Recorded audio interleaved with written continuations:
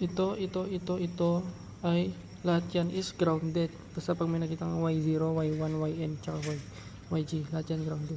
So pag dito naman sa bilog, magta times 30 ka lang. Ito 2 times 30, 60 times 30 mo dito is 120. Dito hanggang dito times mo lang. Basta pag tinanong, ito times 30, 300, ganun lang. Wala na dito, ganun lang din dito, same lang. So next, dito sa sequence, kapag Y tsaka delta at positive sequence, ang IA is lags by, ang line lags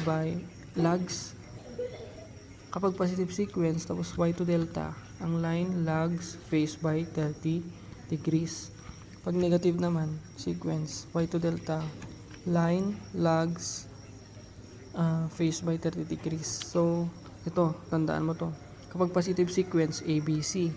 Pag negative, ACB.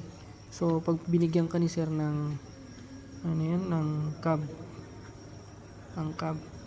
so pag binigyan ka ng ganyan, dito ko isulat. Pag binigyan ka ng cab, ganyan.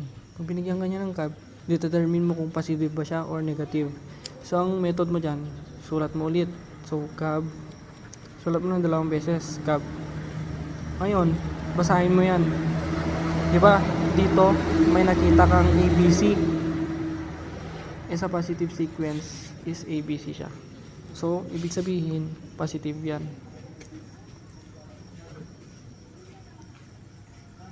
Paano naman kapag back? Pag ganyan. Paano naman pag back? So, ganun ulit. Sulat mo ulit. So, back. So, may nabasa ka dito, wala ka nababasang ABC, di ba? So, ang nabasa mo is CBA. So, sa CBA is negative. CBA daw. ACB pala, sorry. ACB. May nakabasa kang ACB. So, sa ACB is negative sequence. Ganun lang magdetermine. Ang ibig sabihin naman nito, Y to delta. Di ba? Ibig sabihin nito, ito yung drawing, di ba? Ito yung pag Y to delta, ang phase lags, ang line pala, sorry. Line lags phase by 30 degrees. So, pag positive yan pag positive sequence. So, pag positive, drawing mo to. Ayan. So pag positive, ABC, di ba? C. So sabi, line lags phase by 30 degrees. So pag lags, nahuhuli.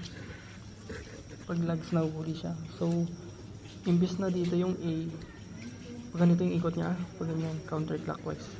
So imbis na nandito yung A, mapupunta siya dito kasi nahuhuli siya. Ganyan. Then itong B, imbis na nandito, mapupunta siya dito kasi nahuhuli siya. Then itong C, imbis na nandito, mapupunta siya dito kasi nahuhuli siya. Ganun. Pag negative naman, negative,